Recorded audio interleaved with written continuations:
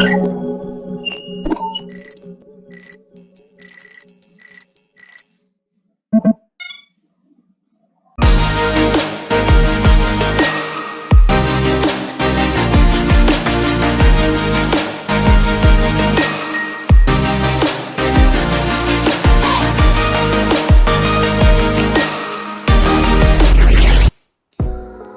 4 objektif permainan. Yang pertama, melahirkan pemikiran ketua yang kreatif dalam membuat keputusan.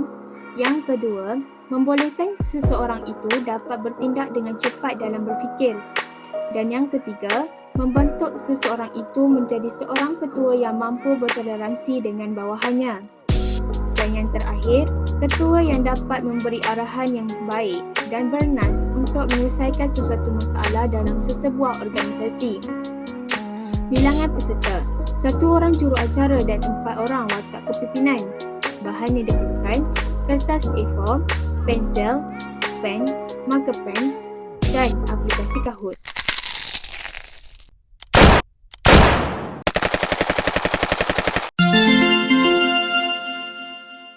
Cara permainan. Permainan ini mempunyai watak pemimpin yang terdiri daripada pelbagai jenis karakter pemimpin iaitu kepimpinan autokratik, perundingan, demokratik atau partisipatif dan laissez-faire. Tingkah laku terbaik dan yang sepatutnya bagi seorang pemimpin itu ditentukan oleh pemain itu sendiri. Permainan ini dapat dimulakan apabila juruacara menunjukkan lukisan orang lidi yang sedang susah hati. Juruacara meminta agar setiap watak pemimpin untuk melukis penyelesaian masalah bagi pekerja mereka tersebut. 3 minit diperuntukkan bagi setiap pemain untuk menyelesaikan lukisan dan masalah mereka. Berdasarkan pengetahuan dan karakter pemimpin masing-masing, setiap pemain perlu membentangkan penyelesaian yang telah difikirkan dan dilukis. Kepimpinan autokratik ialah pemimpin yang percaya bahawa pekerja tidak rajin, tidak boleh dipercayai atau dikenali sebagai pemimpin yang mengamalkan kuku besi. Manakala, kepimpinan perundingan ialah seorang pemimpin yang boleh bertoleransi dengan bawahannya. Kepimpinan demokratik atau partisipatif ialah pemimpin yang melibatkan pekerjanya dalam proses membuat keputusan. Di samping, kepimpinan laissez-faire ialah seorang ketua yang lebih gemar memberi kebebasan penuh kepada pekerja untuk membuat keputusan atau mengambil satu tindakan. Pemarkahan 10 markah pertama akan diberikan kepada pemain yang berjaya menyelesaikan masalah orang lidi tersebut dengan baik. Penambahan markah bagi setiap pemain diteruskan dengan menjawab 10 soalan Kahoot mengenai kepimpinan dengan betul. Permainan ini dapat ditentukan pemenangnya jika salah seorang watak pemimpin berjaya mendapat markah tertinggi. Ready, fight! Baiklah, kita akan mulakan permainan kita. Cuba anda lihat orang lidi ni. Okey, kenapa dengan orang lidi ni? Bayangkan orang lidi ni merupakan pekerja anda sebagai seorang ketua atau pemimpin. Apakah tindakan yang akan anda ambil?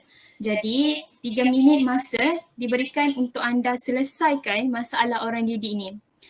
3 minit akan dimulakan daripada sekarang.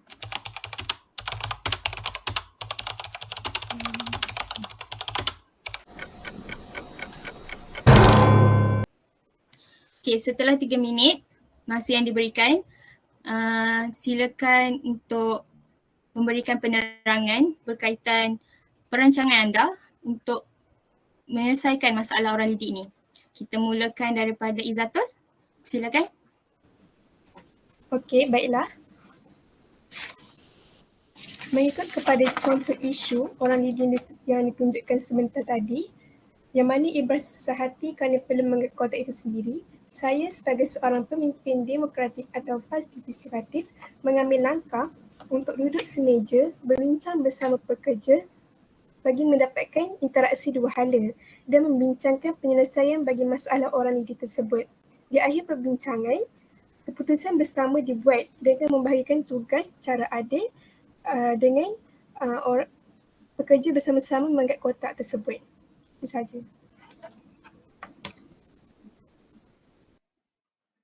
Okey, baiklah. Kita teruskan dengan penyelesaian oleh Syazwan. Okey, seterusnya saya akan menerangkan contoh sebagai ketua yang gaya laser prime. Situasinya lebih kurang macam ni. Macam dalam gambar yang saya lukis ini, terdapat satu mesyuarat yang diadakan untuk staf tinggi syarikat. Dalam mesyuarat tersebut, ada seorang pegawai tertinggi memberitahu kepada bos yang ada seorang stafnya mengadu padanya yang dia penat mengangkat kotak barangan sendirian kerana banyak kerja lain lagi yang dia perlu buat. Seterusnya bos itu menjawab, itu urusannya, awak buat kerja awak, jangan sibuk dengan urusan dia. Jadi itulah gaya ketua yang menyifatkan laser prime. Terima kasih. Terima kasih. Jadi kita teruskan dengan Adi untuk penerangan bagi masalah penyelesaian orang lidi tersebut. Okey, terima kasih kepada Nurani Zulaika. Di sini saya menerangkan sistem autokratik ataupun autokrat yang menunjukkan pemimpin itu memerintah mengikut dirinya sendiri tanpa fikir keburukan orang. Di sini adalah contoh situasi. Yang pertama, pada mesyuarat ini menunjukkan bahawa bos menyuruh Aidil mengambil kotak yang diisi dengan dokumen untuk dibahagikan kepada pekerja. Contoh ini adalah dialog Aidil dengan bos. Aidil mengatakan, bos, saya penatlah mengangkat barang seorang. Saya pun ada kerja lain, bos. Selepas itu bos mengatakan, awak datang sini sebagai apa, Aidil? Mestilah sebagai pekerja, bukan? Awak tu sebagai pekerja, buat je lah kerja awak. Takkan itu pun saya nak kena ajar. Ini menunjukkan sistem autokratik. Autokratik ini tidak bagus dan salah kerana ia mempunyai pelbagai keburukan. Sekian, terima kasih. Okey, kita teruskan dengan Wang untuk kepimpinan perundingan yang terakhir. Okey, sekarang saya ingin menerangkan tentang sifat kepemimpinan perundingan. Ini kampai yang menunjukkan orang lidi. Merujuk kepada senario orang lidi tersebut, saya ingin menerangkan tentang pemimpin perundingan. Pemimpin perundingan adalah pemimpin yang menjadi jurukacak dalam organisasi untuk mencari penyelesaian masalah yang dihadapi oleh pekerja dengan menggunakan mekanisme komunikasi. Saya sebagai seorang pemimpin yang bersifat perundingan, saya sudi berbincang dan berunding dengan pekerja-pekerja apabila mereka ingin berbincang dengan saya untuk menyelesaikan sesuatu masalah. Seperti contoh orang lidi tersebut, apabila seseorang pekerja menginginkan pertolongan daripada pekerja lain untuk mengangkat kotak-kotak itu, pekerja tersebut boleh berbincang dengan saya dan saya akan membenarkan pekerja tersebut untuk mendapatkan pertolongan daripada pekerja atau staf lain untuk menolongnya mengangkat kotak-kotak tersebut.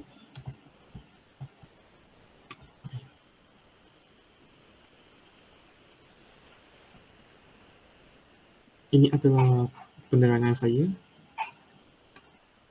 Baiklah, terima kasih Wang. Baiklah, setelah mendengar setiap penerangan yang diterangkan oleh watak kepimpinan, merujuk kepada objektif permainan kita, penyelesaian yang dilakukan oleh kepimpinan demokratik dan perundingan lebih baik kepada pekerja tersebut. Jadi, kepimpinan demokratik dan perundingan akan memperoleh 10 markah, manakala kepimpinan yang lain iaitu autokratik dan fair akan mendapat 7 markah sahaja. Baiklah, untuk mencapai objektif pemimpin yang berpengetahuan luas, anda diminta untuk meneruskan dengan menjawab soalan Kahoot. 10 soalan Kahoot diperuntukkan kepada anda. Baiklah, kita akan berikan link kepada anda. Sila jawab soalan tersebut. Mana link? Masuk.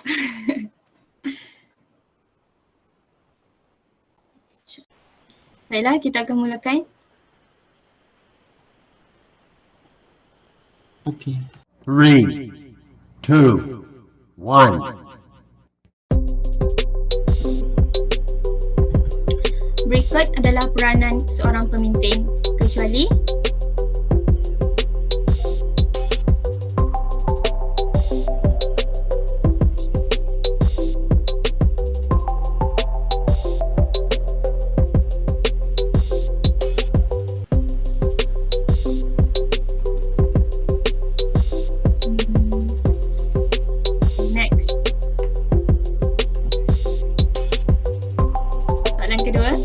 Di bawah adalah jenis-jenis pemimpin kecuali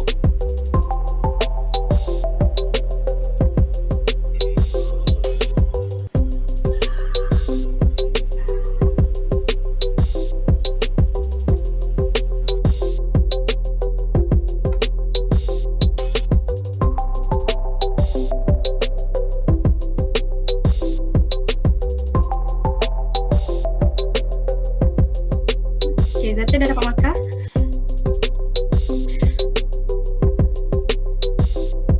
Okay, soalan ketiga. Berikut adalah gaya kepimpinan pemimpin kecuali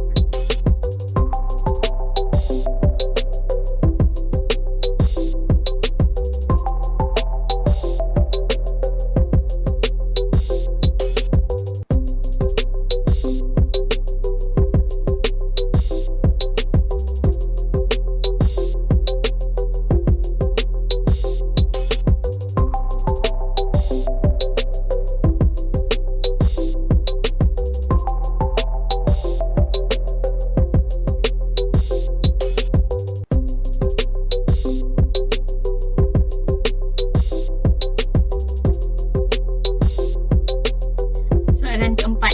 Berikut ialah jenis tingkah laku kepimpinan arahan kecuali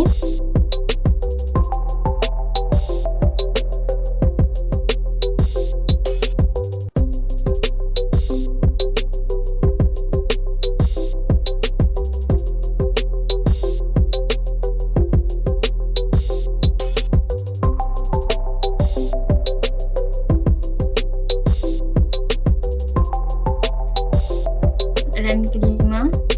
Berikut ialah jenis tingkah laku kepimpinan yang menyokong kecuali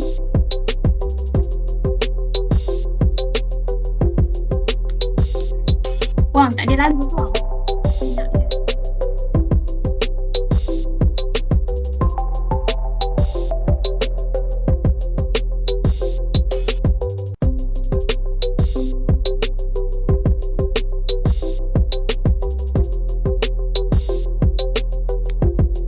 Soalan keenam.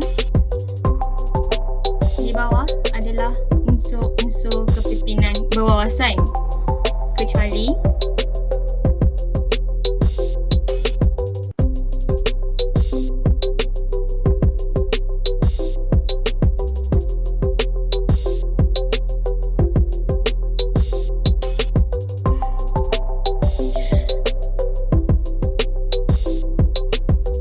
soalan ketujuh. Berikut merupakan elemen kepimpinan keusahawanan kecuali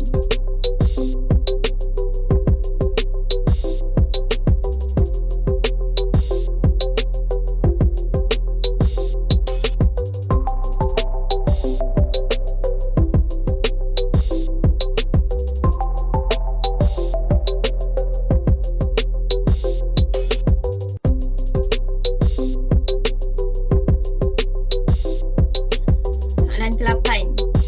Berikut adalah ciri-ciri pemimpin yang berjaya dan berkesan kecuali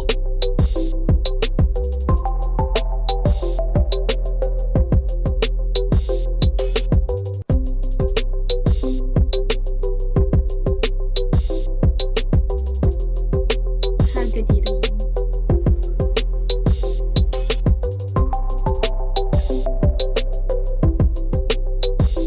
Soalan 9. Mana satu bukan kepimpinan?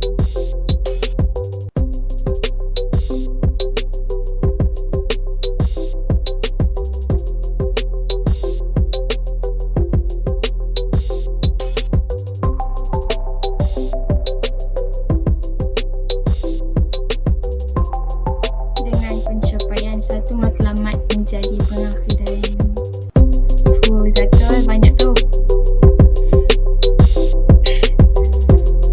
Okay, soalan terakhir. Mana satu bukan pengurusan?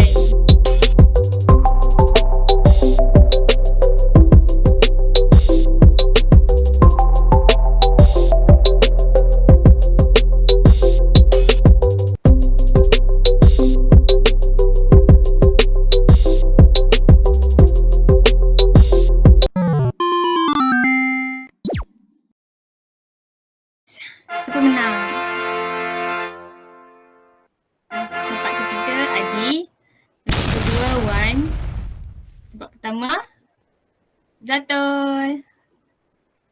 Okay. Okay. Setelah selesai permainan kita kali ini, kita dapat lihat pemenang untuk permainan 5 vs 5 dimenangi oleh Izzatul. Habis. Selamat.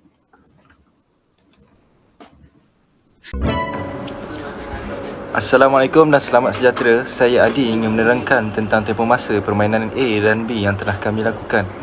Permainan A dikenali sebagai pilih dan jawab, manakala permainan B adalah terdiri daripada soalan-soalan kahut. Permainan A dan B yang telah kami jalankan selama 18 minit. Permainan A terdiri daripada 3 minit untuk taklimat, perbincangan dan pengenalan permainan pertama. Yang kedua, 3 minit diberikan untuk membuat lukisan tentang orang lidi, dan akhir sekali adalah 2 minit untuk memberitahu pemenang dan memberikan kesimpulannya. Di samping itu, permainan B terdiri daripada 3 minit, 4 minit dan 3 minit. 3 minit yang pertama diberikan untuk perbincangan soalan kahut.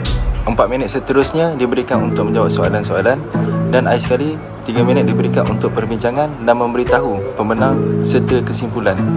Sekian, terima kasih. Okey, seterusnya saya akan menerangkan mengenai proses soal siasat dan apakah soalan yang perlu ditanya. Soalan satu ialah bagaimanakah pemain perlu memilih setiap gaya kepimpinan yang diberikan oleh pengacara permainan. Seterusnya, berapa lamakah masa yang diberikan untuk memilih gaya kepimpinan yang diberikan oleh pengacara permainan. Yang ketiga, berapakah gaya kepimpinan yang terdapat dalam permainan simulasi pilih dan jawab ini. Yang keempat adalah apakah kaedah yang digunakan dalam permainan ini. Yang kelima, berapakah tugasan yang terdapat dalam permainan simulasi pilih dan jawab ini. Yang keenam, berapakah pemenang yang memenangi permainan ini. Yang ketujuh, berapakah jumlah markah keseluruhan yang terkumpul. Yang ke-8, berapakah bilangan peserta yang bermain permainan simulasi yang diajukan ini. Yang ke-9 ialah bagaimanakah para pemain boleh menguji kecerdasan minda semasa bermain permainan simulasi ini. Soalan yang ke-10 dan yang terakhir ialah berapa lamakah masa yang diambil untuk pemain melukis watak kepimpinan masing-masing. Terima kasih. Nama saya Wong Chin Wei. Saya akan membentangkan tentang jawapan kepada simulasi. Permainan pilih dan jawab dibahagikan kepada 2 tugasan. Permainan ini juga memerlukan kepantasan untuk berfikir bagi menyelesaikan masalah orang lidi dengan menggunakan gaya kepimpinan yang dipilih oleh pemain. Setiap pemain juga perlu bertindak pantas untuk melukis orang lidi dengan gaya kepimpinan masing-masing bagi menjawab tugasan yang telah diberikan oleh pengacara permainan dengan pantas. Dengan hal yang demikian, kita dapat melihat seorang pemain menyelesaikan tugasan dengan cepat bagi menjawab soalan yang diberikan oleh pengacara permainan. Jika pemain lambat menjawab dan tidak tepat, mereka pasti ditolak markah oleh pengacara permainan. Dalam permainan ini, anda perlu fokus dengan tugasan yang diberikan dan fokus terhadap masa yang diberikan. Seterusnya, bagi tugasan kedua, pemain perlu menjawab soalan yang telah disusun oleh pengacara permainan melalui kahoot.com. Berdasarkan simulasi permainan ini, anda mesti fokus kepada soalan yang diajukan selain perlu peka dengan masa. Hal ini kerana masa yang diberikan hanyalah 10 saat bagi setiap soalan. Pemain juga perlu mencabar diri agar berfikir dengan pantas supaya dapat markah yang tinggi. Saya Izzatul Aqilah binti Hamdan, pemegang nombor metrik A21A2516 akan menerangkan mengenai urutan penyelesaian masalah bagi permainan soal dan jawab dan soalan kahwin. Yang pertama, pantas berfikir untuk menyelesaikan masalah orang lidi yang sedang susah hati. Yang kedua, bijak mengatur masa dengan 3 minit yang telah diperuntukkan untuk menyelesaikan masalah orang lidi tersebut. Yang ketiga, fokus dengan tugasan yang telah diberikan dengan menggunakan watak kepimpinan masing-masing. Yang keempat, cabar diri sendiri untuk menjawab 10 soalan kahut yang telah diberikan. Dan yang terakhir, memahami setiap proses tajak kepimpinan ini. Hasil pembelajaran. Permainan ini dapat melatih para pemain untuk menerapkan leadership skills dalam diri mereka ketika menghadapi masalah. Sebagai seorang usahawan, kita hendaklah mempunyai kemahiran berkepimpinan agar dapat melahirkan pemikiran ketua yang kreatif dalam membuat keputusan di samping membolehkan seseorang itu dapat bertindak dengan cepat dalam berfikir.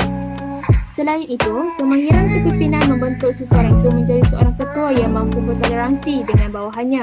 Saling bekerjasama dalam mencari punca masalah perlu dilaksanakan agar masalah segera dapat diselesaikan. Hal ini kerana dengan wujudnya kerjasama dan saling berkomunikasi, kita dapat mengatasi segala masalah dan cabaran yang dihadapi selagi kita bersatu dan kita bekerja secara kolektif. Seterusnya, kemahiran ini juga penting bagi ketua itu dapat memberi arahan yang baik dan bernas untuk menyelesaikan suatu masalah dalam sebuah organisasi. Secara keseluruhannya, seorang usahawan itu hendaklah mempunyai kemahiran kepimpinan dalam diri mereka kerana kemahiran ini merupakan satu kemahiran yang amat penting bagi memudahkan segala perkara yang ingin mereka laksanakan sebagai seorang ketua untuk sebuah organisasi.